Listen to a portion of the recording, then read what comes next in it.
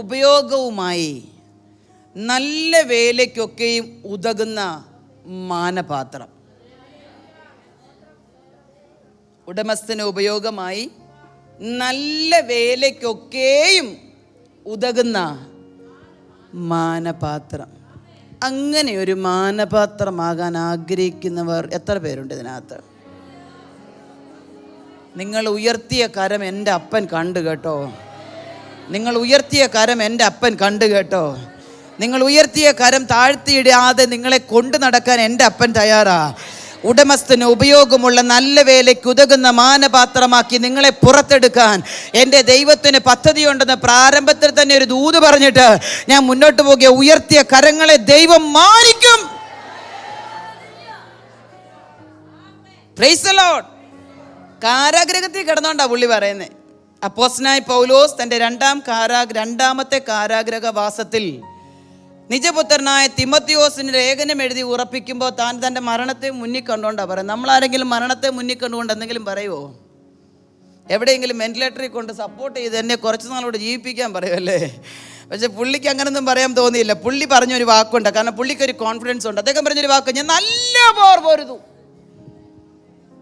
ഞാൻ ഓട്ടം തികച്ചു, ഞാൻ വിശ്വാസം കാത്തു, ഇനി മരിച്ചാലും വേണ്ടില്ല, നീതിയുടെ കിരീടം എനിക്ക് അവിടെ വെച്ചിട്ടുണ്ട്. Price the Lord. ഇന്ന് എൻ്റെ അപ്പൻ വന്നാൽ എനിക്ക് വേണ്ടി ചിലത് അവിടെ ഒരുക്കിയിട്ടുണ്ടെന്ന് തൻ്റെ ഇടമുണ്ടോ നിങ്ങൾക്ക് പറയാൻ? ഇന്ന് എൻ്റെ അപ്പൻ വന്നു കഴിഞ്ഞാൽ അവനോടൊപ്പം ഞാൻ ഇവിടുന്ന് പറന്നുയരുമെന്ന് പറയാൻ തൻ്റെ ഇടമുണ്ടോ നിങ്ങൾക്ക് ഇന്ന് പകൽ?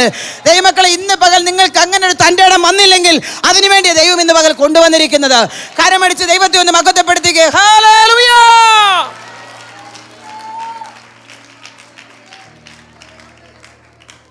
എന്നിട്ട് അദ്ദേഹം എടുത്തു പറയുന്നുണ്ട്, എൻ്റെ നിര്യാണകാലം അടുത്തു എന്ന് പറഞ്ഞാൽ ഞാൻ എൻ്റെ മരണത്തെ മുന്നിൽ കാണുക.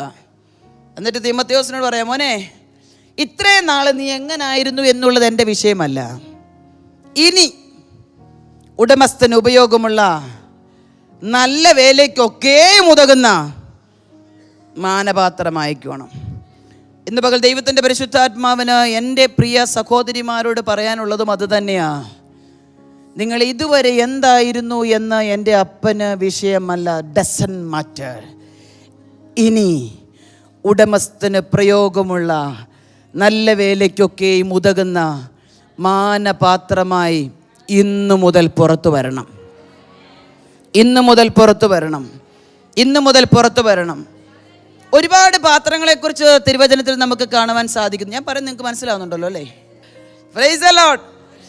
നോക്കിയേ, ഒരുപാട് പാത്രങ്ങളെക്കുറിച്ച് തിരുവചനത്തിൽ നമുക്ക് കാണുവാൻ സാധിക്കുന്നുണ്ട് അല്ലേ? ഒരുപാട് പാത്രങ്ങളെക്കുറിച്ച് കാണുവാൻ സാധിക്കുന്നുണ്ട്. നിങ്ങളുടെ ശ്രദ്ധയിലേക്ക് ഒന്ന് രണ്ട് പാത്രങ്ങളെ ഞാൻ മുഖവരിയായി പറഞ്ഞിട്ട് ദൂതിലേക്ക് കടക്കാം കേട്ടോ. ഒന്ന്, നമുക്കറിയാം, മക്കളെ കടക്കാരൻ വന്ന് പിടിച്ചോണ്ട് പോകാൻ തുടങ്ങിയപ്പോൾ മേലീശ പ്രവാചകൻ ഒരു ദൈവദാസിയോട് പറയുന്നുണ്ടല്ലേ, നീ വെറും പാത്രങ്ങൾ വായ്പ വാങ്ങാൻ. ശലോമോൻ ആലയം പണിതപ്പോൾ ആലയത്തിനകത്തുണ്ടായിരുന്നു പൊൻപാത്രം, വെള്ളിപ്പാത്രം, നിരവധി പാത്രങ്ങൾ ആലയത്തിനകത്തുണ്ടായിരുന്നു. മാനപാത്രം, ഹീനപാത്രം, കൽപാത്രം. കേട്ടിട്ടില്ലേ കൽപാത്രം? കുശവന്റെ കയ്യിലെ ചീത്തയായ പാത്രം. അങ്ങനെ നിരവധി പാത്രങ്ങളെക്കുറിച്ച് തിരുവചനത്തിൽ പറയുന്നുണ്ട്. ഞാനിത് ഒരിക്കൽ ഇതിനു മുമ്പ് ഒരിടത്ത് അല്പസമയം കിട്ടിയപ്പോൾ ഇതിനെക്കുറിച്ചൊന്ന് ഷോർട്ടായിട്ട് പറഞ്ഞതാണ്. പക്ഷേ ഇന്നലെ രാത്രി പരിശുദ്ധാത്മാവ് എന്നെ കഴിഞ്ഞ ഈ ദിവസങ്ങളിൽ ഞാൻ 21 days ഫാസ്റ്റിംഗ് കഴിഞ്ഞിട്ട് ഒരാഴ്ചയായതേ ഉള്ളൂ.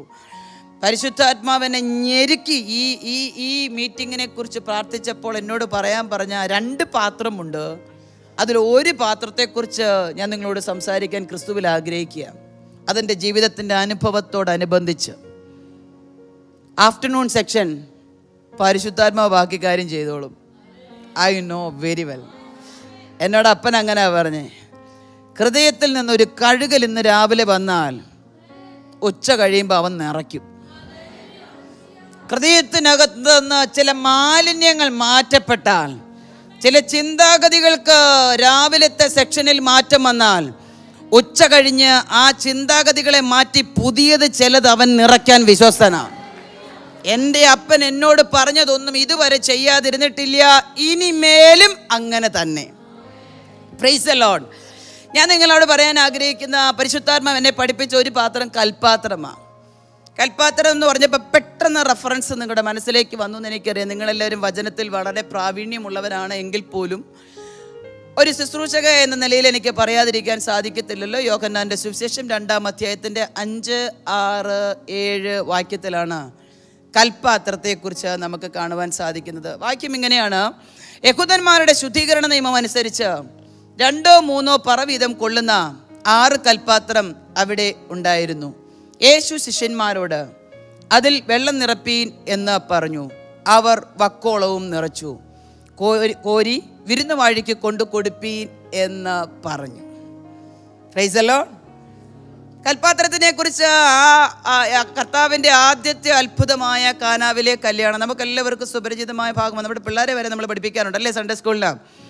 അപ്പോൾ അവിടെ ഉപയോഗിച്ച ഒരു കൽപ്പാത്രം, അതിൻ്റെ മേക്കിംഗ് ആൻഡ് പ്രിപ്പറേഷൻ, അതെന്നെ കർത്താവ് ഇരുത്തി അങ്ങ് പഠിപ്പിച്ചു. ഇരുത്തി എന്നെ അതിൻ്റെ മേക്കിങ്ങും പ്രിപ്പറേഷനും പഠിപ്പിച്ചു കഴിഞ്ഞപ്പോൾ എൻ്റെ ജീവിതത്തിൻ്റെ ഒരുപാട് ചിന്താഗതികൾക്ക് മാറ്റം വരുവാനിടയായി തീർന്നു. ഒരുപാട് ചിന്താഗതികൾക്ക് ഞാൻ വേഗത്തിൽ പറഞ്ഞു പോകട്ടെ. നോക്കിയേ, കൽപ്പാത്രം ഉടമസ്ഥന് പ്രയോജനമുള്ളതായി മാറി അല്ലേ? നിങ്ങൾ മിണ്ടണില്ലല്ലോ.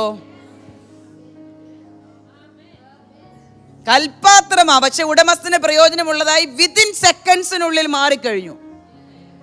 കാനാവിലെ കല്യാണത്തിന് വീഞ്ഞു തീർന്നു പോയി. ഞാൻ അവിടെ ഒന്നും നിൽക്കാൻ ആഗ്രഹിക്കുന്നില്ല. കാരണം 2.5 മണിക്കൂർ 3 മണിക്കൂർ പറഞ്ഞാലും തീരാത്ത ഒരു സബ്ജക്റ്റുമാ, അനുഭവവുമാ. വേഗത്തിൽ എനിക്ക് വൈൻഡപ്പ് ചെയ്യണം തന്ന സമയത്തിനുള്ളിൽ. അപ്പോൾ വീഞ്ഞു തീർന്നു പോയി. യേശുവിൻ്റെ അമ്മ വന്ന് യേശുവിനോടും ശിഷ്യന്മാരോടും പറഞ്ഞു, വീഞ്ഞു തീർന്നു പോയി. ഉടനെ കർത്താവ് പറഞ്ഞു, നിനക്ക് എന്നാ കാര്യം? സ്ത്രീയെ എനിക്കും നിനക്കും തമ്മിൽ എന്ത് എന്ന് ചോദിച്ചപ്പോൾ നമ്മൾ പലരും ഓർക്കും യേശുപ്പച്ചൻ ഒരു റെസ്പെക്റ്റും ഇല്ലാതെയാ സ്വന്തം അമ്മയോട് സംസാരിച്ചത്. അങ്ങനെ ചിന്തിക്കുന്നവരുണ്ടോ ഇതിനകത്ത്? അങ്ങനെ ചിന്തിക്കല്ലോ കേട്ടോ. യഹൂദന്മാരുടെ നിയമം അനുസരിച്ച് സ്ത്രീയെ എന്ന് വിളിക്കുന്ന വളരെ റെസ്പെക്ട്ഫുൾ ആയിട്ടുള്ള മീനിങ്, മഹിള രത്നമേ എന്ന് വിളിക്കുന്നതിന് അർത്ഥമാണ്. ചരിത്രം പഠിക്കുമ്പോഴേ നമുക്കറിയത്തുള്ളൂ. ആ റെസ്പെക്റ്റീവ്, അവരുടെ ആ വ്യക്തിത്വത്തെ റെസ്പെക്റ്റ് ചെയ്യുന്ന വേർഡാ സ്ത്രീയെ എന്ന് പറയുന്നത്. എൻ്റെ നാഴിക ഇതുവരെ വന്നിട്ടില്ല എന്ന് പറഞ്ഞപ്പോഴും അമ്മ ശിഷ്യന്മാരോട് പറയാ, കർത്താവ് ഇങ്ങനെയാ, എടാ അവൻ എന്നോട് അങ്ങനെയാ ചോദിച്ചാ എന്നെങ്കിലും ചെയ്യുക, നമ്മുടെ ഭാഷ, നാടൻ ഭാഷ. അങ്ങനെ പറഞ്ഞില്ല. അമ്മയോടനെ പറയാം, അവൻ എന്തെങ്കിലും കൽപ്പിച്ചാൽ ഇന്ന് കൽപ്പിച്ചാൽ ചെയ്യാൻ തയ്യാറാണെങ്കിൽ കർത്താവ് ചിലതൊക്കെ കൽപ്പിക്കും. കൽപ്പിക്കുന്നത് ചെയ്യാൻ നമ്മൾ വില്ലിങ് ആണെങ്കിൽ കർത്താവ് ചിലതൊക്കെ കൽപ്പിക്കും, സംശയമില്ല. ഇതൊക്കെ പറഞ്ഞിട്ട് അത് കഴിഞ്ഞപ്പോഴേ അമ്മ അങ്ങ് പോയി. കർത്താവ് നോക്കിയപ്പം 2-3 പറ വീതം കൊള്ളുന്ന അളവാണ്. 2 പറ 3 പറ വീതം കൊള്ളുന്ന 6 പാത്രം എടുത്തു പറയുന്നുണ്ട്. 6 കൽപ്പാത്രം ഉണ്ടായിരുന്നു. അളവ് പറയുന്നുണ്ട് 2 പറ 3 പറ വീതം കൊള്ളുന്ന 6 കൽപ്പാത്രം. കിടക്കുന്നത് എവിടെയാ? യഹൂദന്മാരുടെ ശുദ്ധീകരണ നിയമം അനുസരിച്ച് ഭവനത്തിന് വെളിയിൽ. എന്താ ശുദ്ധീകരണം? യഹൂദന്മാരുടെ ഭവനത്തിൽ ഏതെങ്കിലും ഫംഗ്ഷൻ നടക്കുകയോ അല്ലെങ്കിൽ ഭവനത്തിനകത്തേക്ക് പ്രവേശിക്കുകയോ ചെയ്യുന്നതിന് മുമ്പ് ചെരുപ്പ് ഊരി മാറ്റി കാല് കഴുകി വരയ്ക്കകത്ത് കയറുക ഒരു നിയമമായിരുന്നു, ഒരു രീതിയായിരുന്നു അവരുടേത്. അപ്പം വരുന്ന ഗസ്റ്റിന് കാല് കഴുകാനുള്ള, ചെരുപ്പ് ഊരിയിടാനുള്ള സ്ഥലത്താ എന്തിരുന്നത്? ഒറ്റ വാക്കി പറഞ്ഞ ചെരുപ്പുകളുടെ ഇടയിൽ ആ കൽപ്പാത്രം ഇരുന്ന്. അപ്പൊ കാല് കഴുകാൻ എന്തായാലും ആരും ഭയങ്കര പ്യൂരിഫൈഡ് ഡ്രിങ്കിങ് വാട്ടർ ഒന്നും ഉപയോഗിക്കത്തില്ലല്ലോ. അതിനകത്തിരുന്നതോ വെറും റോ വാട്ടർ. നിങ്ങൾ അതൊന്ന് ഭാവനയിൽ കാണണം. ഞാൻ നിങ്ങൾക്ക് ശരിക്കും മനസ്സിലാകത്തക്ക രീതിയിലാണ് പറയുന്നത്, എൻ്റെ ഒരു വിശ്വാസം. അപ്പം നിങ്ങളൊന്ന് ഭാവനയിൽ കണ്ടേ, 2-3 പറ വീതം കൊള്ളുന്ന 6 പാത്രം അടുക്കി വെച്ചിരിക്കുക. ആരും ചെരുപ്പ് ചവിട്ടി തെറിപ്പിച്ച് കളയാതിരിക്കാൻ പാത്രത്തിൻ്റെ അപ്പുറത്ത് ചെരുപ്പിട്ടവരും ഉണ്ട്. നമ്മളങ്ങനല്ലേ, എല്ലാവരും ചെരുപ്പ് ചവിട്ടി തെറിപ്പിക്കാതിരിക്കാൻ സേഫ് ആക്കുന്നു. ആരും ഇടാത്തടത്തിട്ടവരുണ്ട്, മുട്ടിയിട്ടവരുണ്ട്. കാരണം ദൂരെ ഇട്ടിട്ട് കാല് കഴുകുമ്പോൾ കാല് പിന്നെ കയറുമ്പോൾ മണ്ണ് പറ്റൂല, അപ്പം അടുത്തിരുന്നാൽ കുഴപ്പമില്ലെന്നും പറഞ്ഞ് ഇടുന്നവരുണ്ട്. നിങ്ങളുടെ ചിരി കാണുമ്പോൾ എനിക്കറിയാം നിങ്ങൾ മനസ്സിലാകുന്നുണ്ടെന്ന്. അപ്പം ഈ കൽപ്പാത്രത്തിന് ചുറ്റും നിറച്ചും ചെരുപ്പുകളാണ്. കല്യാണ വീടല്ലേ, നിറച്ചും ചെരുപ്പുകൾ ഇങ്ങനെ കിടക്കുക.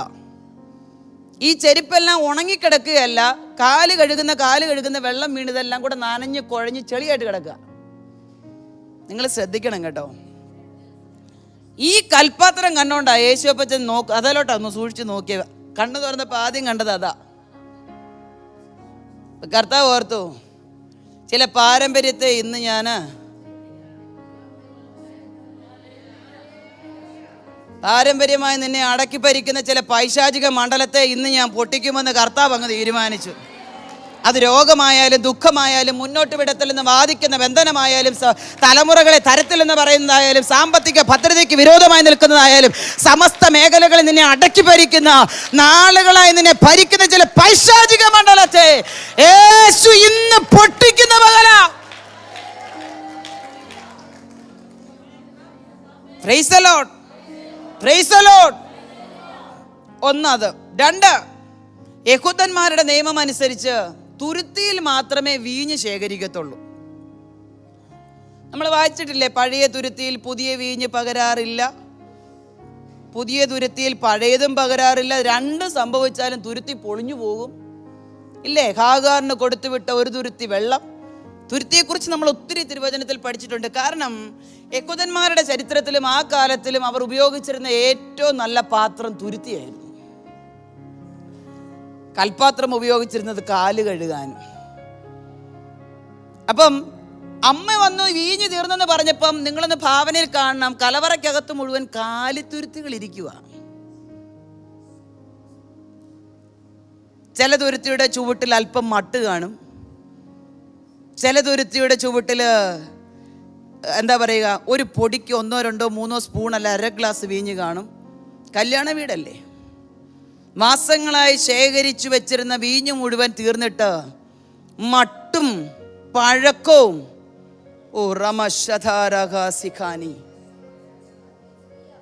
പാരമ്പര്യം പറഞ്ഞിരിക്കുന്ന കുറെ കാലി തുരുത്തികൾ ഇരിക്കുക കലവറയ്ക്കകത്ത് നിറഞ്ഞ്. അപ്പോഴമ്മ വന്ന് പറയുന്ന, കംപ്ലീറ്റ് തീർന്നു കുഞ്ഞേ, അതിനകത്ത് കാലി തുരുത്തികളെ ഉള്ളൂ, നിറമുള്ളത് ഒന്നുമില്ല, നീ എന്തെങ്കിലും ചെയ്തേ പറ്റത്തുള്ളെന്ന്. നീ കാലിയായിട്ടിരിക്കുവാന്നൊരു ഫീലിങ്സ് നിന്റെ അകത്തളത്തിൽ ഭരിക്കുന്നുണ്ടെങ്കിൽ ഇന്ന് പകൽ സ്വർഗം ചിലത് ചെയ്തേ വിടത്തുള്ളൂ കേട്ടോ. Price the Lord. ഈ കാലിയായിട്ടിരിക്കുന്ന തുരുത്തികളെല്ലാം അകത്ത് നിറഞ്ഞിരിക്കുക, അത് മാറ്റാൻ പറ്റത്തില്ല. പാരമ്പര്യം അതാ, കലവറയ്ക്കകത്ത് തുരുത്തിയേ ഇരിക്കൂ. പാരമ്പര്യമാ. അതിനെയും കർത്താവ് ചില മിനിറ്റുകൾ കഴിയുമ്പോൾ പൊട്ടിക്കുക. ഈ 2 കാര്യം പറഞ്ഞിട്ട് ഞാൻ വേഗത്തിൽ എൻ്റെ അനുഭവത്തിലേക്കൊന്ന് വരട്ടെ. Praise the lord. മധുവാ ഡെക്കറേഷനും പാട്ടുകുർബാനയുമായിട്ട് നടക്കുന്നൊരു കാലം, അപ്പന് കിട്ടുന്ന സാലറി മുഴുവനും കുടിച്ചും അമ്മയ്ക്ക് കിട്ടുന്ന സാലറി മുഴുവൻ ആശുപത്രിയിലും കൊടുത്ത് കഴിഞ്ഞിരുന്നൊരു കാലഘട്ടത്തിൽ ഭക്ഷണത്തിന് വകയില്ലാതെ അലഞ്ഞു നടന്ന മക്കൾ ഞങ്ങൾ 3 പേർ. അതിൽ മൂത്തത് ഞാൻ. സമാധാനമെന്ന് പറഞ്ഞത് ഭവനത്തിനകത്തില്ല, സ്വന്തമെന്ന് പറയാനൊന്നുമില്ല. എസ്റ്റേറ്റുകാർ പണി കഴിപ്പിച്ച് തന്ന ഒറ്റമുറി ലൈൻസിൽ കുടിച്ച് മതോന്മത്തനായി തരിമ്പ് വെളിവില്ലാതെ കയറി വരുന്ന പിതാവും ഒരു ശ്വാസം നന്നായി എടുക്കാൻ കഴിവില്ലാത്ത മാതാവിൻ്റെയും ഇടയിൽ ഭക്ഷണത്തിനോ വസ്ത്രത്തിനോ വകയില്ലാതെ ഇരുന്നും കിടന്നും മാറിയും ഇരുന്ന കരഞ്ഞ മക്കൾ 3 പേര്. ഒരല്പം ഭക്ഷണത്തിന് വേണ്ടി എൻ്റെ ബാല്യത്തിൽ 7-ലധികം വീടുകൾ ഞാൻ കയറി ഇറങ്ങിയിട്ടുണ്ട്. എസ്റ്റേറ്റിലെ തോട്ടം തൊഴിലാളികൾ കൊളുത്തു നുള്ളാൻ വരുന്ന തമിഴ്നാട്ടിൽ നിന്ന് കുടിയേറി പാർത്ത ഒരുപാട് കുടുംബങ്ങൾ മുട്ടിമുട്ടി താമസിക്കുന്നത് കൊണ്ട് ദാരിദ്ര്യം വിളയാടുമ്പോൾ സഹിക്ക വയ്യാതെ ഒരു നേരത്തെ ഭക്ഷണത്തിന് കയറിയിറങ്ങിയ കാലഘട്ടം എൻ്റെ ജീവിതത്തിലുണ്ട്. ഒരു വർഷം സ്കൂളിലിടാൻ ഒരു യൂണിഫോം വാങ്ങിച്ചു തരുന്നത് സകല ഫംഗ്ഷന് വിടും, എപ്പോൾ ചർച്ചിൽ പോയാലും വിടും, എപ്പോൾ സ്കൂളിൽ പോയാലും വിടും. എല്ലാ കുട്ടികളും മനോഹരമായ ഡ്രസ്സ് ധരിച്ച് നല്ല ഭക്ഷണം കഴിച്ച് നന്നായി സന്തോഷത്തോടെ പോകുമ്പം അവരുടെ മുമ്പിൽ പ്രത്യക്ഷപ്പെടാൻ പോലും മടിച്ച് മാറി നടന്നും തേയിലത്തോട്ടത്തിനുള്ളിൽ തേയിലക്കാടിനുള്ളിൽ അവർ കടന്നു പോകുന്നത് വരെ ഒളിച്ചിരുന്ന ഒരു കാലഘട്ടം ഞങ്ങളുടെ ജീവിതത്തിൽ ഉണ്ടായിരുന്നു. ഇന്നും എനിക്കത് പറയുമ്പോൾ ഒത്തിരി വിഷമമാണ്. ഇന്നും എനിക്കത് പറയുമ്പോൾ ഒരുപാട് വേദനയാണ്.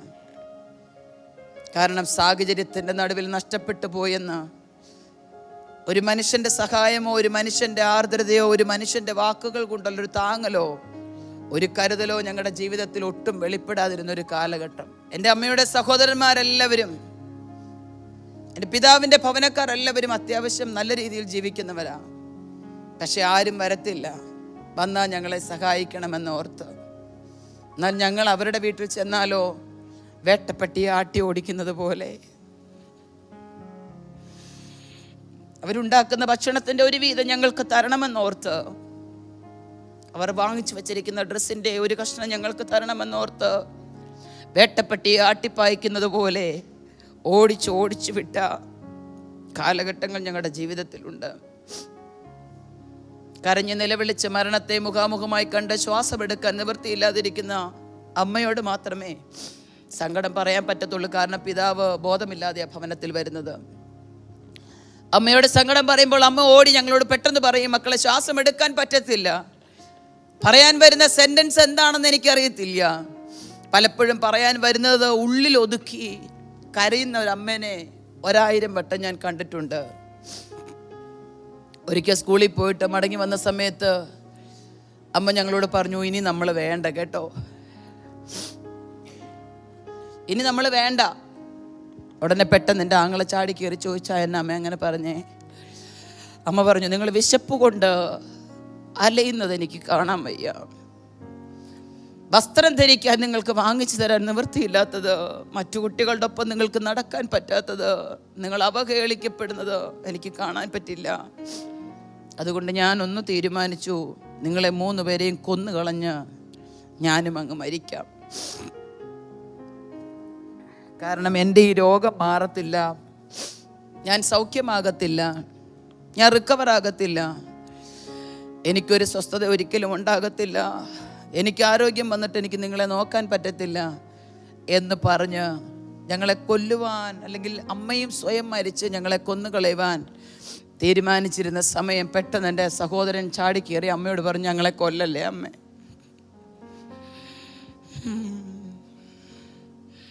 അവൻ ചാടിക്കേറി അമ്മയോട് പറഞ്ഞു, ഞങ്ങളെ കൊന്നുകളയല്ലേ, പൈസയ്ക്കല്ലേ ബുദ്ധിമുട്ട്, ഭക്ഷണത്തിനല്ലേ ബുദ്ധിമുട്ട്, ഞാൻ ഇന്ന് മുതൽ ഇഷ്ടിക ചുമക്കാൻ പോകാം.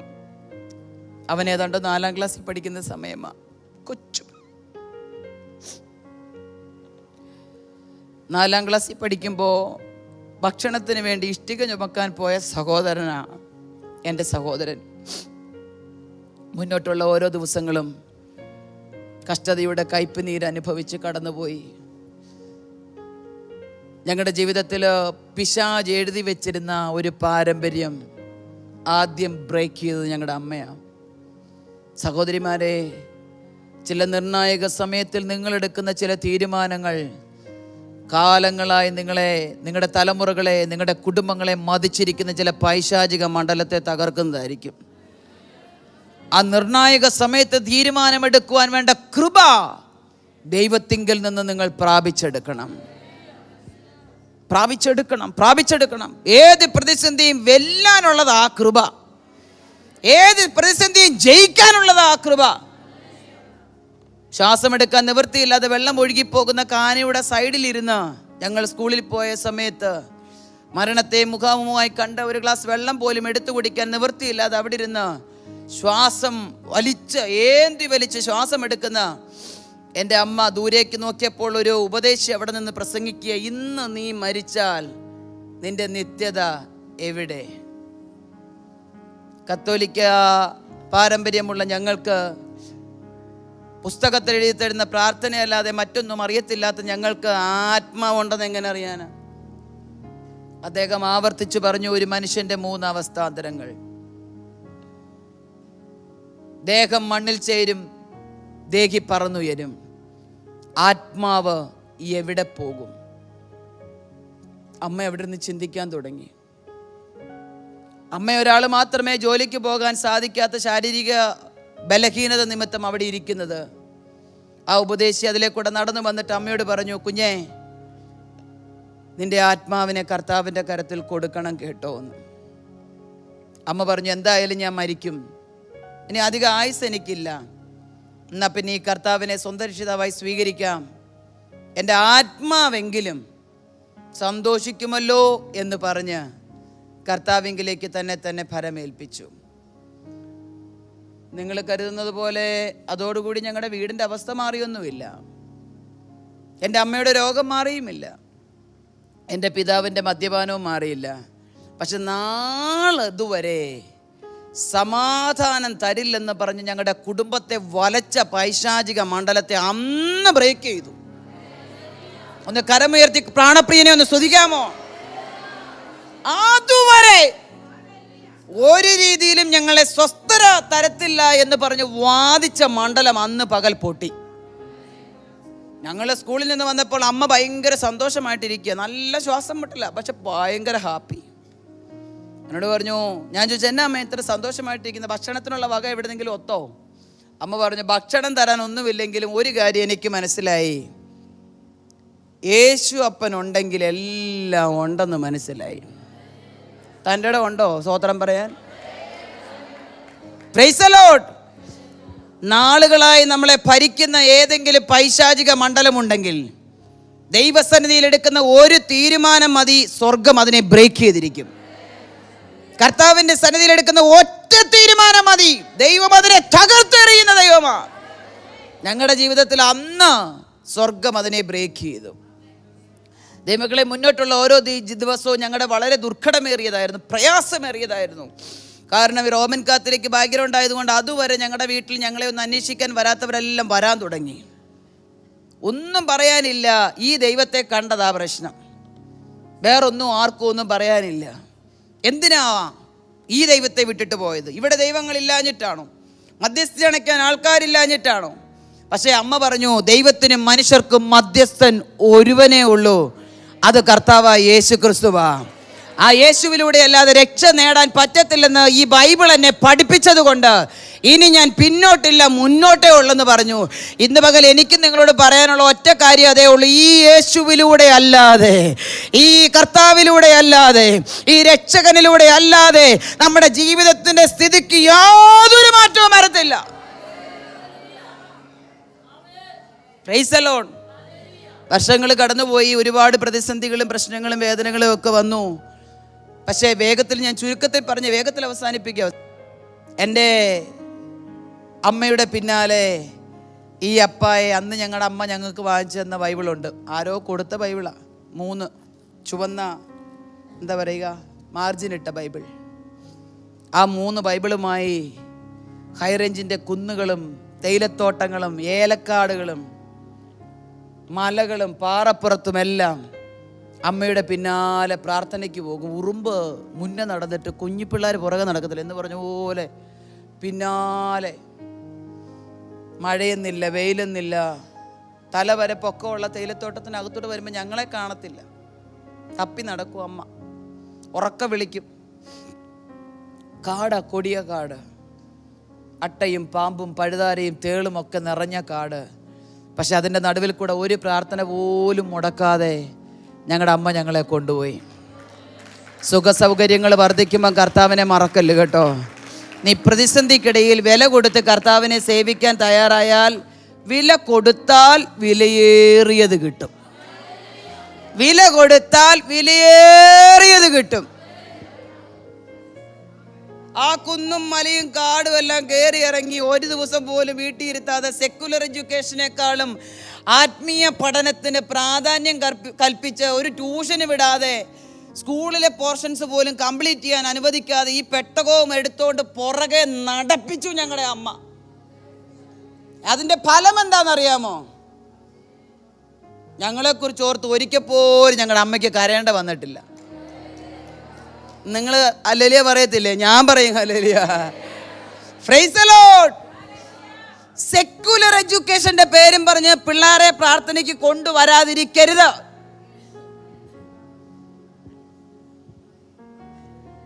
ഹയർ സ്റ്റഡിയുടെ പേരും പറഞ്ഞ് എൻ്റെ കർത്താവിൽ നിന്ന് അവരെ അന്യരാക്കരുത്. ജീവിതത്തിന്റെ ഏത് സ്ഥാനങ്ങളിലും ഒന്നാം സ്ഥാനം നിങ്ങൾ കർത്താവിന് കൊടുക്കണം. അത് കണ്ട് നിങ്ങളുടെ മക്കളും കൊടുത്തോളും. ഓ, കർത്താവ് ചെയ്യുമെന്ന്, അപ്പൻ നടത്തുമെന്ന്, ഒരു കുറവുമില്ലാതെ നടത്തും. എൻ്റെ ജീവിതത്തിന്റെ അനുഭവമാണ് ഞാൻ ഇന്ന് പകൽ നിങ്ങളോട് പറയുന്നത്. നടത്തുമെന്നേ, നടത്തും നടത്തും നടത്തും നടത്തും നടത്തും. എൻ്റെ അപ്പൻ നടത്തും.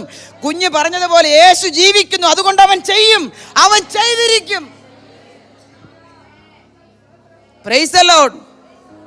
ഒരു കുറവുമില്ലാതെ നടത്തും. ഇനി അഥവാ കുറവ് വന്നാൽ അപ്പൻ അങ്ങോട്ട് കയറി പരിഹരിച്ചോളും.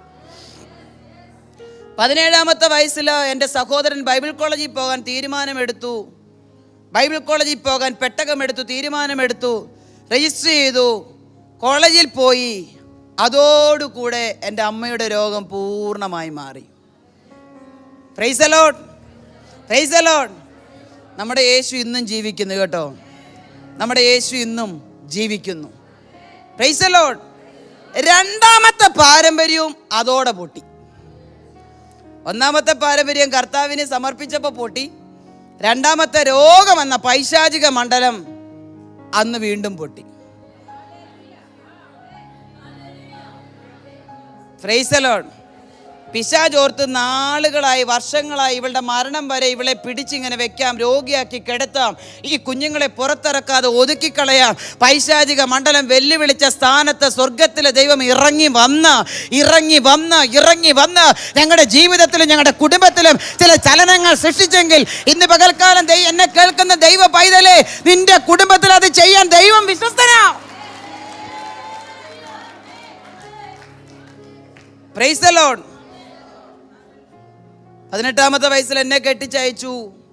20-ാമത്തെ വയസ്സിൽ എനിക്ക് 2 പെൺമക്കളെ ഒന്നിച്ച് കർത്താവ് തന്നു. അതിലൊരു മകൾ ഈ കുടുംബത്തിന്റെ സ്വന്തമായി.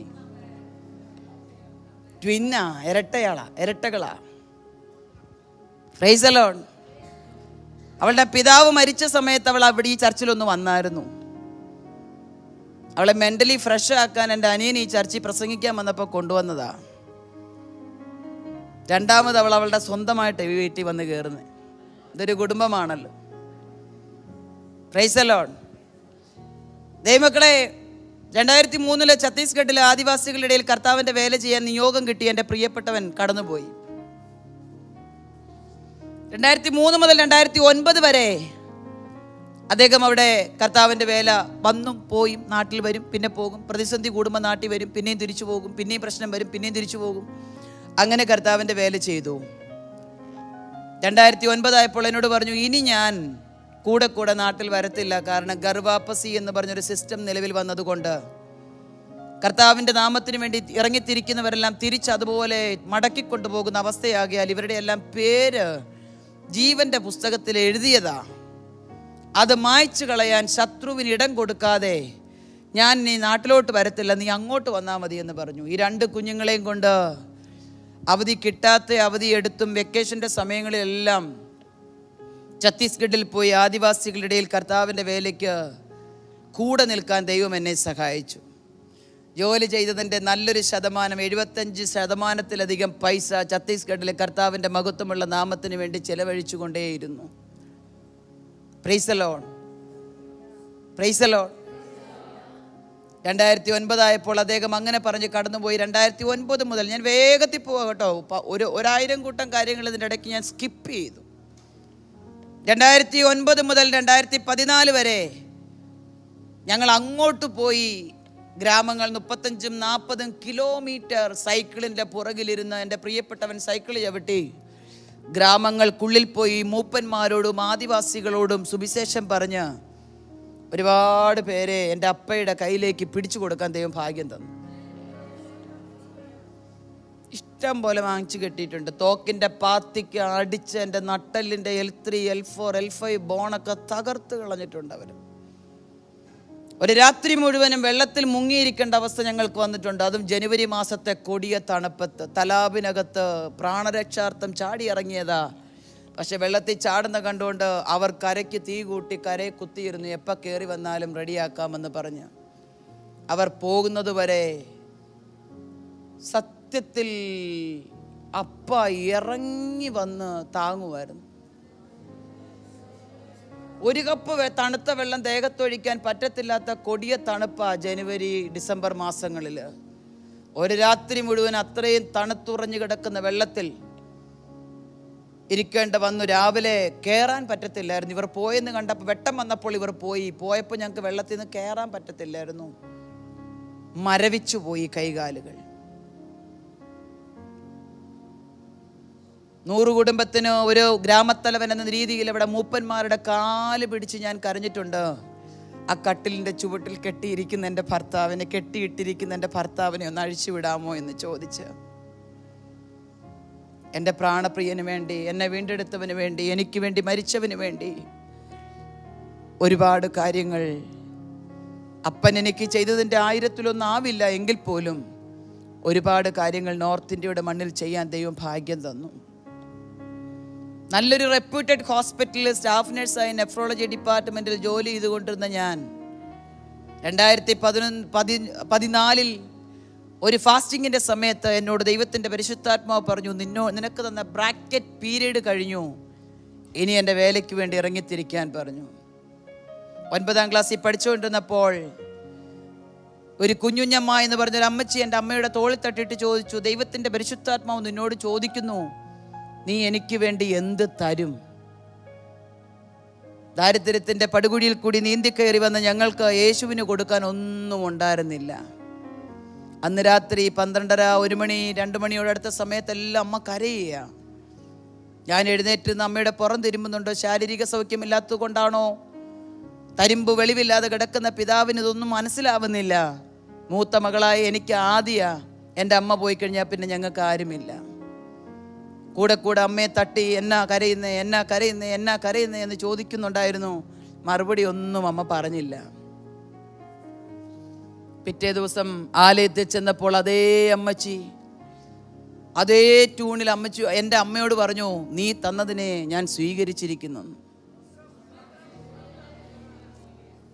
നീ തന്നതിനെ ഞാൻ സ്വീകരിച്ചിരിക്കുന്നു എന്ന് പറഞ്ഞപ്പോൾ ഞാനും എൻ്റെ സഹോദരനും മുഖത്തോട് മുഖം നോക്കി. എന്തുവാ ഞങ്ങളറിയാതെ യേശുപ്പച്ചനെ കൊടുത്തേ? 2014 ദൈവത്തിൻ്റെ പരിശുദ്ധാത്മാവിൽ ഒരു ദൈവദാസൻ എന്നോട് ദൂത് പറഞ്ഞു, നീ 9ാം ക്ലാസ്സിൽ പഠിച്ച രാത്രിയിൽ നിന്റെ അമ്മ നിന്നെ 3 പേരെയും എനിക്ക് വേണ്ടി തന്നതാ. ഞാൻ നിന്റെ ജീവിതത്തിലൊരു ബ്രാക്കറ്റ് പീരീഡ് തന്നതാ, അത് കഴിഞ്ഞു. ഇനി നീ എൻ്റെ വേലയ്ക്ക് വേണ്ടി ഇറങ്ങിത്തിരിക്കണമെന്ന്. അന്ന് അമ്മ ഞങ്ങളെ സമർപ്പിച്ചതിൻ്റെ പേരിൽ ഞാൻ അമ്മയോട് പറഞ്ഞിട്ടുണ്ട്, എവിടെയെങ്കിലും പഠിച്ചൊരു ജോലി വാങ്ങിച്ച് വയറ് നിറച്ചും ഒരു നേരത്തെ ഭക്ഷണം കഴിക്കാമല്ലോ എന്ന് ഞാൻ ചിന്തിച്ചിരുന്നപ്പോഴാണോ ദൈവവേലയ്ക്ക് കൊടുത്തേ സമർപ്പിച്ചേ എന്ന് ഞാൻ എൻ്റെ അമ്മയോട് ചോദിച്ചതാ. പക്ഷെ എൻ്റെ അമ്മ കൊടുത്തതിനെ എൻ്റെ അപ്പൻ 2 കൈ നീട്ടി അങ്ങ് സ്വീകരിച്ചു. 2014 നല്ല സാലറിയോടുകൂടി ജോലി ചെയ്തുകൊണ്ടിരുന്ന ഞാൻ ജോലി ഉപേക്ഷിച്ച് 24 hours റെസിഗ്നേഷൻ കൊടുത്ത് ഈ പെട്ടകമെടുത്ത് തോളിൽ വെച്ചു. 2014 മുതൽ 2018 വരെ അപ്പൻ എന്നെ പഠിപ്പിച്ചു. ഒത്തിരി കാര്യങ്ങൾ എൻ്റെ ഇടയ്ക്ക് ഞാൻ പറയുന്നില്ല കേട്ടോ. ഒരുപാട് കാര്യങ്ങൾ ഒത്തിരി സ്കിപ്പ് ചെയ്ത് പോകേണ്ടി വന്നു. എങ്ങനെ ഒറ്റയ്ക്ക് ജീവിക്കാം, എങ്ങനെ ഒറ്റയ്ക്ക് പഠിക്കാം, എങ്ങനെ മക്കളെ വളർത്താം, എങ്ങനെ സമൂഹത്തിൻ്റെ ഇടയിൽ മാന്യതയുള്ളവളാക്കി ഉടമസ്ഥന് പ്രയോജനമുള്ള പാത്രമായി ജീവിക്കാം, എങ്ങനെ കൃപയിൽ നിലനിൽക്കാം, എങ്ങനെ പ്രാർത്ഥിക്കാം, എങ്ങനെ പ്രാണപ്രിയനുമായ അഭേദ്യമായ ബന്ധത്തിൽ തുടരാം. അങ്ങനെ ഒരുപാട് കാര്യങ്ങൾ 4 വർഷം കൊണ്ട് എന്നെ എൻ്റെ അപ്പൻ പഠിപ്പിച്ചു. 4 വർഷം പൂർത്തിയായപ്പോൾ അപ്പൻ ഓർത്തും തോന്നുന്നു എൻ്റെ പഠിത്തം പൂർത്തിയായെന്ന്. എന്നെക്കൊണ്ട് ഇനി തനിയെ എല്ലാം സാധിക്കുമെന്ന് എൻ്റെ പ്രാണപ്രിയന് തോന്നിയിട്ടാവാം സുവിശേഷ വിരോധികൾ പ്ലാൻ ചെയ്ത് നടത്തിയ ഒരു ആക്സിഡൻറ്റിൽ എൻ്റെ പ്രിയപ്പെട്ടവൻ്റെ തലയിൽ കൂടെ വണ്ടി കയറ്റിവിട്ട് അവർ അദ്ദേഹത്തെ ഭൂമിയിൽ നിന്ന് തുടച്ചു മാറ്റി. 18 വയസ്സ് പ്രായമുള്ള 2 പെൺമക്കളുമായി പിന്നീടുള്ള വർഷങ്ങൾ. കൽപ്പാത്രത്തിലേക്ക് വരട്ടെ. ഞാൻ എങ്ങനെ കൽപ്പാത്രമുണ്ടായേ?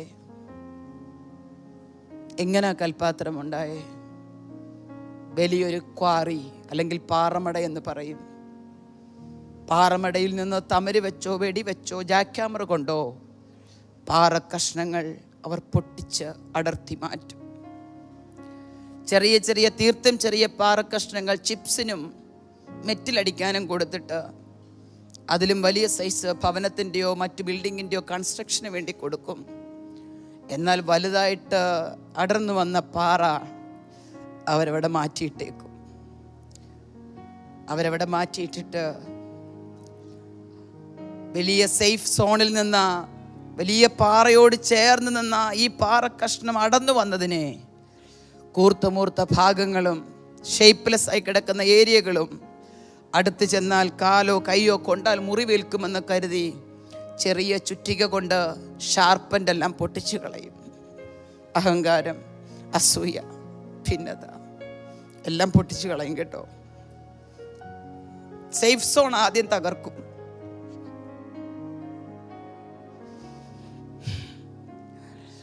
വലിയ പാറയോട് ചേർന്ന് നീ നിൽക്കുമ്പോൾ, നല്ല ജോലിയിൽ നീ നിൽക്കുമ്പോൾ, നല്ല കുടുംബ പശ്ചാത്തലത്തിൽ നിൽക്കുമ്പോൾ, നല്ല സ്നേഹിതരുമായി നീ ബന്ധപ്പെട്ട് നിൽക്കുമ്പോൾ, നിന്നെ സഹായിക്കാനും കരുതാനും 1000 പേർ നിന്റെ പിന്നാലെ ഉള്ളപ്പം, നിന്റെ മാതാപിതാക്കൾക്കും നിന്റെ സഹോദരങ്ങൾക്കും നീ നെഞ്ചിനോട് ചേർത്ത് വെക്കുന്ന വ്യക്തിയായിരിക്കുമ്പം എൻ്റെ അപ്പന് നിന്നെ പണിയാൻ പറ്റത്തില്ല. അപ്പൻ സേഫ് സോൺ ആദ്യം പൊട്ടിക്കും. നീ സേഫായിട്ട് നിൽക്കുന്ന ഏത് മേഖലയാണോ അവിടെ നിന്ന് നിന്നെ സെപ്പറേറ്റ് ചെയ്യും. സെപ്പറേറ്റ് ചെയ്ത് കഴിഞ്ഞേ പണി തുടങ്ങത്തുള്ളൂ. ഒരു ദൂത് ഞാൻ കൈമാറി മുന്നോട്ട് പോകട്ടെ. എവിടെയെങ്കിലൊക്കെ സേഫ് സോൺ തകർന്നു പോയി എന്നൊരു ചിന്ത നിങ്ങളുടെ അകത്തളത്തെ ഭരിക്കുന്നുണ്ടെങ്കിൽ, എവിടെയെങ്കിലൊക്കെ ഒറ്റപ്പെട്ടു പോയി എന്നൊരു വേദന നിങ്ങളുടെ അകത്തളത്തെ കീറി മുറിക്കുന്നുണ്ടെങ്കിൽ, സങ്കടം കേൾക്കാനും ചാരി നിൽക്കാനും ഉണ്ടായിരുന്നവർ പാതി വഴിയിൽ വിട്ടിട്ട് പോയി എന്നൊരു തോന്നൽ നിങ്ങളുടെ അകത്തളത്തെ ഭരിക്കുന്നുണ്ടെങ്കിൽ ഭാരപ്പെടരുത്. ഉടമസ്ഥൻ പണി തുടങ്ങിക്കഴിഞ്ഞു. ഉടമസ്ഥൻ പണി തുടങ്ങിക്കഴിഞ്ഞു. ഉടമസ്ഥൻ പണിയുന്നത് എന്തിനാണെന്നറിയോ? തനിക്ക് ഉപയോഗമുള്ള മാനപാത്രമാക്കി തീർക്കാനാണ്. നീ അതുവരെ കിടന്നത് പാറമടയോട് ചേർന്ന് സേഫ് സോണിലാതിരുന്നത്. നിന്നെ തകർക്കാൻ ആർക്കും പറ്റത്തില്ല. ഭൂമിയുടെ ഉള്ളിലേക്ക് അതിൻ്റെ ഡെപ്ത്, അവിടെ നിന്ന് നിന്നെ അടർത്തി മാറ്റാൻ പറ്റത്തില്ല. പക്ഷെ നിന്നെ പൊട്ടിച്ച് സെപ്പറേറ്റ് ചെയ്തെങ്കിൽ, നിന്റെ സേഫ് സോൺ തകർത്തെങ്കിൽ, നിന്റെ സെക്യൂറായി നിന്ന നിന്റെ മേഖലകളെ സ്വർഗം പൊളിച്ചെങ്കിൽ, എൻ്റെ പ്രിയ സഹോദരിമാരെ, നിങ്ങളെ തകർക്കാനല്ല, എൻ്റെ അപ്പന് പണിയാനാ. ഇന്ന് പകലത് വിശ്വസിക്കുന്ന ദൈവമക്കൾ ദൈവത്തെ ഒന്ന് മഹത്വപ്പെടുത്തിയാട്ട്.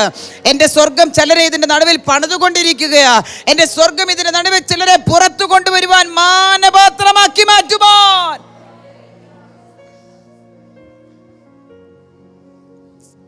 പറയാൻ ഒത്തിരി ഉണ്ടല്ലേ. സങ്കടം കേൾക്കാൻ ആരുമില്ല, കൂടെ വരാൻ ആരുമില്ല, ആരെയും ആശ്രയിക്കുന്ന ഇഷ്ടമല്ല. എൻ്റെ പ്രിയപ്പെട്ടവരുണ്ടായിരുന്നെങ്കിൽ, എൻ്റെ മാതാപിതാക്കൾ ഉണ്ടായിരുന്നെങ്കിൽ, ഹൃദയം കൊടുത്ത് സ്നേഹിച്ച എൻ്റെ പ്രിയപ്പെട്ടവരുണ്ടായിരുന്നെങ്കിൽ, എൻ്റെ മക്കൾ എൻ്റെ അടുത്തുണ്ടായിരുന്നെങ്കിൽ, ഞാൻ ഒരു ദോഷവും ചെയ്യാതെ പല സേഫ് സോണുകളും എൻ്റെ പൊട്ടിപ്പോയല്ലോ. ഹൃദയവേദനയോടെ അപ്പനോട് പരാതി പറയുന്നെങ്കിൽ ആ പരാതിക്കൊരു മറുപടി ഞാൻ പറയാം. അത് നിങ്ങളെ തകർക്കാനല്ല. അപ്പൻ ഉപയോഗിക്കുന്ന പാത്രമായി മാറണമെങ്കിൽ സേഫ് സോണിൽ നിന്ന് നീ സെപ്പറേറ്റ് ആയേ പറ്റത്തുള്ളൂ. അടർത്തി മാറ്റിയ പാറ ബാക്കിയെല്ലാം പണിക്ക് വേണ്ടി പലരെ ഏൽപ്പിച്ചു. എന്നാൽ ഈ വലിയ പാറയുടെ കോർണർ ഷാർപ്പൻ്റെ എല്ലാം എൻ്റെ അപ്പൻ തട്ടിക്കളഞ്ഞിട്ട് ഒരു ശില്പിയെ അത് ഏൽപ്പിക്കുക. അതികഠിനമായ വേദനയോടെ ഞാൻ ഈ മീറ്റിങ്ങിന് വേണ്ടി പ്രാർത്ഥിച്ചപ്പം എൻ്റെ പ്രാണപ്രിയൻ എന്നോട് പറഞ്ഞ ദൂത ഞാൻ നിങ്ങളോട് പറയുന്നേ. നല്ല ജോലിയിൽ നിന്ന് പെട്ടെന്ന് നിനക്ക് വിരമിക്കേണ്ടി വന്നെങ്കിൽ, നല്ല കുടുംബത്തിൽ നിന്ന് പെട്ടെന്ന് നീ സെപ്പറേറ്റ് ആകേണ്ടി വന്നെങ്കിൽ, ഏറ്റവും കൂടുതൽ നീ ഡിപ്പെൻഡ് ചെയ്തുകൊണ്ടിരുന്ന വ്യക്തി നിന്നിൽ നിന്ന് അകന്നു പോയെങ്കിൽ, ആരെയും ആശ്രയിക്കാതെ തൻ്റെ ഇടത്തോടെ തല ഉയർത്തി ഞാൻ മരണം വരെ ജീവിക്കുമെന്നുള്ള കോൺഫിഡൻസിനെ തകർത്തെറിഞ്ഞുകൊണ്ട് നിന്റെ സേഫ് സോണുകൾ തകർന്നെങ്കിൽ, പ്രിയമുള്ളവരെ ഭാരപ്പെടണ്ട. എൻ്റെ പ്രാണപ്രിയൻ പണി തുടങ്ങിക്കഴിഞ്ഞു. ചുമ്മാ പണിയുമല്ല, ഉടമസ്ഥന് പ്രയോജനവും ഉപയോഗവുമുള്ള മാനപാത്രമാക്കാൻ. നോക്കിയേ, ഷാർപ്പൻ്റെ എല്ലാം തട്ടിക്കളഞ്ഞിട്ട് ഒരു ശില്പിയെ അത് ഏൽപ്പിക്കുകയാണ്. അദ്ദേഹം വന്നിട്ട് ഇത് ഷേപ്പ്ലെസ് ആയതുകൊണ്ട് ആടിക്കൊണ്ടിരിക്കും എന്നുള്ളത് കൊണ്ട് ആദ്യം അതിനെ കൊണ്ടൊന്ന് ഉറപ്പിക്കും. ഞാൻ പറഞ്ഞു മനസ്സിലായോ? ചെറിയ ചെറിയ കല്ല് ചീളുകളൊക്കെ എടുത്ത് വെച്ച് ഉറച്ചു നീ നിന്നാൽ നിന്നെ പണിയാൻ പറ്റത്തുള്ളൂ. ക്രിസ്തുവാകുന്ന പാറമേൽ നിന്റെ അടിസ്ഥാനം ഉറപ്പിച്ചാൽ, ക്രിസ്തുവാകുന്ന പാറമേൽ നിന്റെ അടിസ്ഥാനം ഉറപ്പിച്ചാൽ, ചാഞ്ഞ മതിലും ആടുന്ന വേലിയും പോലെയല്ല, എൻ്റെ പ്രാണപ്രിയനാകുന്ന പാറമേലാണ് നീ അടിസ്ഥാനം ഇട്ടിരിക്കുന്നതെങ്കിൽ, വായിൽ പുതിയ പാട്ട് തന്ന് ഗമനത്തെ സ്ഥിരമാക്കി പാറമേൽ നിന്റെ നരിയാണികളെ ഉറപ്പിച്ച ക്രിസ്തു എന്ന പാറമേലാണ് നീ അടിസ്ഥാനം ഇട്ടിരിക്കുന്നതെങ്കിൽ, അവൻ നിന്നെ ഉറപ്പിക്കും. ഉറപ്പിച്ചിട്ട് പണി തുടങ്ങും. എന്തിനാ ഉറപ്പിച്ചിട്ട് പണി തുടങ്ങുന്നേ? എന്തിനാ ഉറപ്പിച്ചിട്ട് പണി തുടങ്ങുന്നേ? യെസ്, ഏത് പ്രതിസന്ധിയുടെ നടുവിലും, ഏത് വേദനയുടെ നടുവിലും നീ ആടിപ്പോകാതിരിക്കാൻ, ഏത് കഷ്ടതയുടെ നടുവിലും നീ ഇല്ലാതെയായി പോകാതിരിപ്പാൻ, ഏത് പ്രതിസന്ധികളിലും നീ ഒന്നുമില്ലാത്തവരായി പോകാതിരിപ്പാൻ എൻ്റെ അപ്പൻ നിന്നെ ഉറപ്പിക്കും. ഇന്ന് ക്രിസ്തു എന്ന പാറമേൽ ഉറപ്പുണ്ട് എനിക്ക്. അവനാണ് എന്നെ ഉറപ്പിച്ചിരിക്കുന്നതെന്ന് തൻ്റെ ഇടമുള്ള സഹോദരിമാർ, ദൈവമക്കൾ, എൻ്റെ പ്രാണപ്രിയനെ സ്തുതിച്ചാട്ട്. ഓഹോ, ആ ഉറപ്പാ എന്നെ ഇന്ന് ഇവിടെ നിർത്തിയിരിക്കുന്നത്. എൻ്റെ പ്രിയപ്പെട്ടവൻ ഈ ഭൂമിയിൽ നിന്ന് മാറ്റപ്പെട്ടപ്പോൾ സകല വ്യക്തി ജീവിതങ്ങളും, എന്നെ അറിയാവുന്ന സകല വ്യക്തി ജീവിതങ്ങളും, എൻ്റെ പ്രിയപ്പെട്ടവർ ഉൾപ്പെടെ, എൻ്റെ കൂട്ടുകാർ ഉൾപ്പെടെ, എൻ്റെ ജോലി സ്ഥാപനത്തിൽ ഞാൻ ജോലി ചെയ്തവർ ഉൾപ്പെടെ, ശുശ്രൂഷ മുഖത്തുള്ളവർ ഉൾപ്പെടെ, ഞങ്ങളുടെ സഭയിലെ പല വിശ്വാസികൾ ഉൾപ്പെടെ സകലരും പറഞ്ഞു, ആൻസി പൗലോസും മക്കളും തീർന്നു. സകലരും പറഞ്ഞു, ആൻസി പൗലോസും മക്കളും തീർന്നു. ഞങ്ങളുടെ കുടുംബത്തിൽ ഒന്ന് രണ്ട് പ്രിയപ്പെട്ടവനോട് പറഞ്ഞു, നീ കുടിയൻ്റെ മകളാ. എൻ്റെ പേര് ഞാനതാ പറഞ്ഞ, ദൈവം പേര് മാറ്റിയെന്ന്. ഞങ്ങളെ വിളിച്ചിരുന്ന പേരാ കുടിയൻ്റെ മക്കൾ. കുടിയൻ്റെ മക്കളായിട്ട് ജീവിച്ചിരുന്നപ്പോൾ പോലും ഇല്ലാത്ത കഠിന വേദനയാണല്ലോ ഇപ്പോൾ നിന്റെ ജീവിതത്തിൽ വന്നത്. നീ എങ്ങനെ മുന്നോട്ട് ജീവിക്കുമെന്ന് ഞങ്ങൾക്ക് കാണണം എന്ന് പറഞ്ഞു. ഇങ്ങനെ ഞാൻ പറഞ്ഞു, കാട്ടിക്കിടന്നവനെ വിളിച്ച് നാട്ടിക്കൊണ്ടുവന്ന് അർഹതയില്ലാത്ത ചേട്ടൻ, വലിയ അർഹത യോഗ്യതയും പറയാനുള്ള ചേട്ടന്മാരുടെ നടുവിൽ വെച്ച് അഭിഷേക തൈലം തലയിൽ ഒഴിച്ച് കാട്ടിക്കിടന്നവനെ നാട്ടിലെ രാജാവാക്കിയ അപ്പനാ എൻ്റെ അപ്പൻ.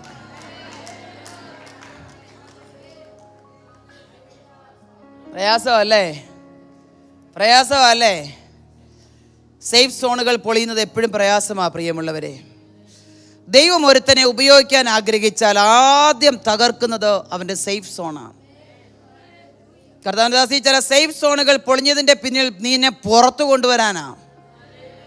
ഉള്ളറയിൽ ഒതുക്കിക്കളയാൻ വാതുകെട്ടിയ പൈശാചിക മണ്ഡലങ്ങളെ മുഴുവനും തകർത്തെറിഞ്ഞുകൊണ്ട് നമ്മളെ പുറത്തു കൊണ്ടുവരുവാൻ ദൈവത്തിന്റെ പദ്ധതി ഉണ്ടെങ്കിൽ നമ്മുടെ സേഫ് സോണുകൾ തകർത്തിരിക്കും. മനസ്സിലാവുന്നുണ്ടോ ഞാൻ നിങ്ങളോട് പറയുന്നത്? ഞാൻ ഏറ്റവും കൂടുതൽ ഡിപ്പെൻഡ് ചെയ്തിരുന്ന എൻ്റെ പിതാവിലായിരുന്നു. അദ്ദേഹം 2015 ഈ ഭൂമി വിട്ടുപോയി.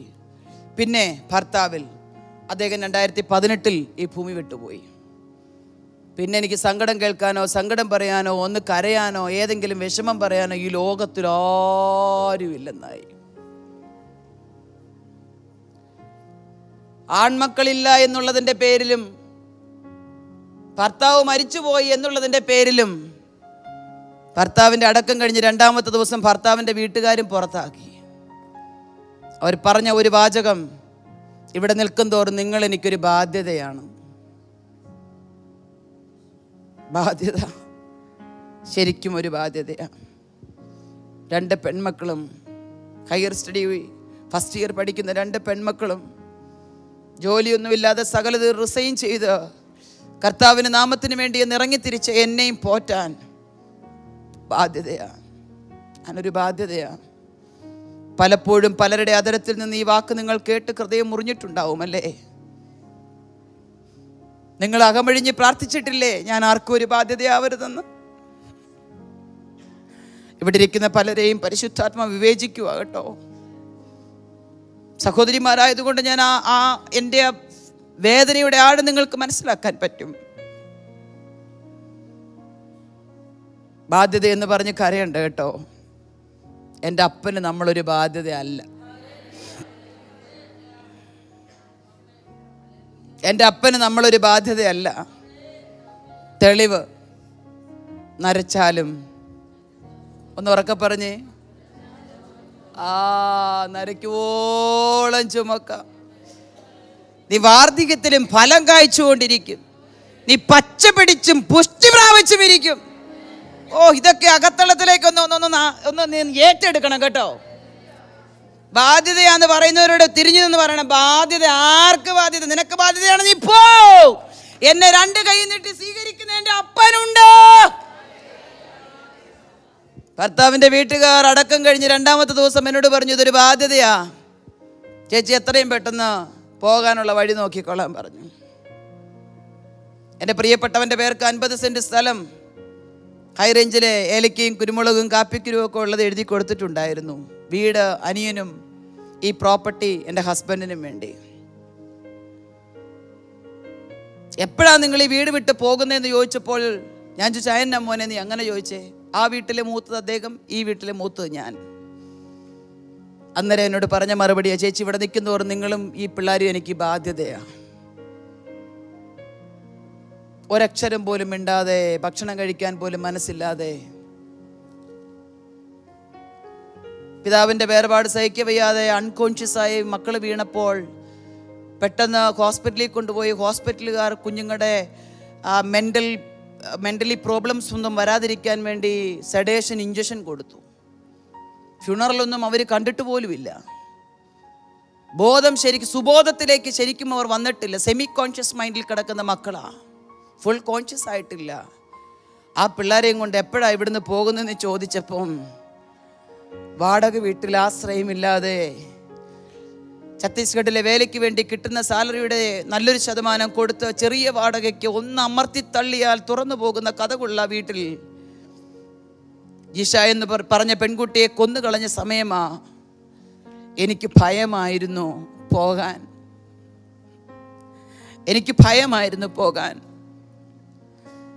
ഈ എന്നെ ഉപദ്രവിച്ചിട്ട് എൻ്റെ പെൺമക്കളെ അവരാരെങ്കിലും ഉപദ്രവിക്കും. All Kerala wholesale vegetable market കുണ്ടന്നൂരുണ്ട്, അതിൻ്റെ പുറകിലുള്ള ഒരു വീട്ടിലാണ് ഞങ്ങൾ താമസിച്ചിരുന്നത്. ആ നോർത്ത് ഇന്ത്യക്കാരായ ആൾക്കാർക്ക് മുഴുവൻ അറിയാം എൻ്റെ പ്രിയപ്പെട്ടവൻ ഈ ഭൂമിയിൽ നിന്ന് മാറ്റപ്പെട്ടു പോയെന്ന്. അതറിഞ്ഞുകൊണ്ട് ഞങ്ങൾ 3 സ്ത്രീകൾ മാത്രമേ വീട്ടിലുള്ളൂ എന്ന് കരുതി ഉപദ്രവിക്കുമോ എന്ന് ഭയന്ന് നെഞ്ചുരുകി ഞാൻ എൻ്റെ മുറിക്കകത്തേക്ക് കയറിപ്പോയി. ചെന്ന് നോക്കിയപ്പോൾ സെമി കോൺഷ്യസ് മൈൻഡിൽ കിടക്കുന്ന 2 മക്കൾ. എല്ലാവരും ഉറങ്ങാൻ കാത്തിരുന്നു. അന്ന് രാത്രി 12 മണിയോടെ അടുത്ത സമയത്ത് ഈ കുഞ്ഞുങ്ങളെ എടുത്ത് മടിയിൽ വെച്ച് ഞാൻ എൻ്റെ പ്രാണപ്രിയനോട് അലറിക്കരഞ്ഞിട്ട് ചോദിച്ചു, എൻ്റെ സേഫ് സോൺ മുഴുവൻ തകർന്നു പോയപ്പോൾ എനിക്കിപ്പോൾ ആശ്രയിക്കാൻ ഒരു ജോലിയില്ല, ഒരു ഭർത്താവില്ല, ഒരു പിതാവില്ല, സ്നേഹിതരില്ല, പെന്തക്കോസ്തലായതിൻ്റെ പേരിൽ ബന്ധുക്കളില്ല.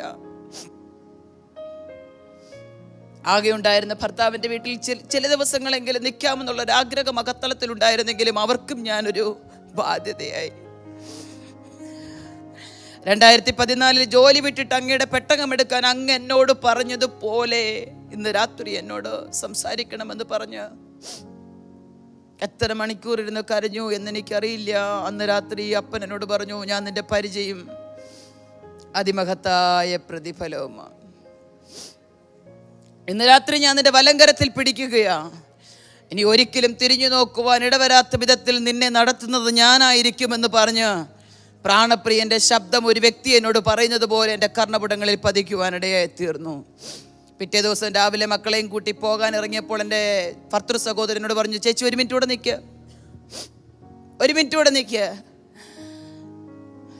ഞാൻ ചോദിച്ചു, എന്നാ മോനെ?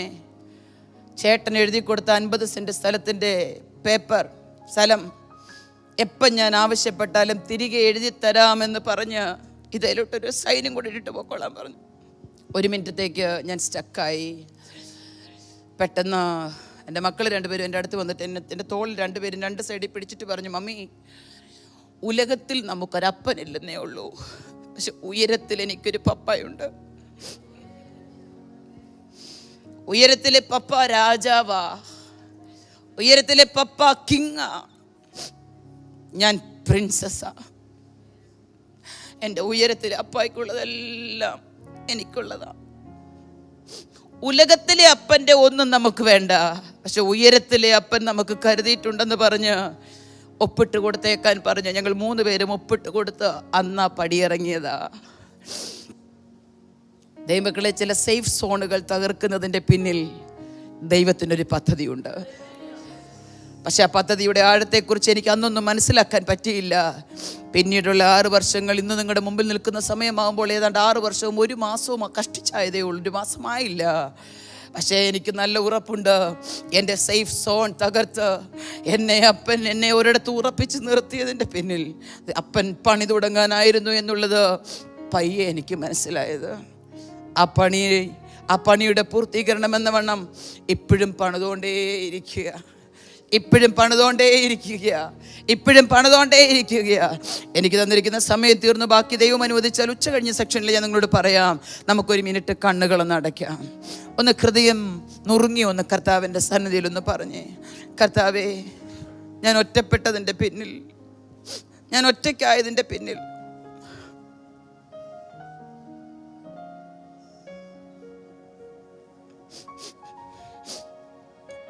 എൻ്റെ പല സേഫ് സോണുകളും തകർന്നതിൻ്റെ പിന്നിൽ ഞാൻ ഓർത്തു അപ്പായ്ക്ക് എന്നോട് സ്നേഹമില്ലാത്തത് കൊണ്ടാണെന്ന്. ഞാൻ ഓർത്തു അപ്പായ്ക്ക് എന്നോട് കരുതലില്ലാത്തത് കൊണ്ടാണെന്ന്. ഒന്ന് ഹൃദയം നുറുങ്ങി അപ്പയോടൊന്ന് പറയാമോ? എൻ്റെ എല്ലാ കാര്യങ്ങളും നടത്തി തന്ന എൻ്റെ പ്രിയപ്പെട്ടവൻ പെട്ടെന്ന് എന്നെ വിട്ടു പോയത്.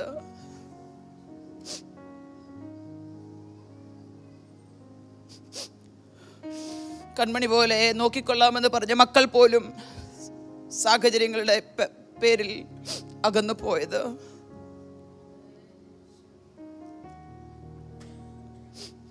എൻ്റെ എല്ലാറ്റിനും എല്ലാമായിരുന്നു എൻ്റെ പ്രിയപ്പെട്ടവർ എന്നെ വിട്ടുപോയത്.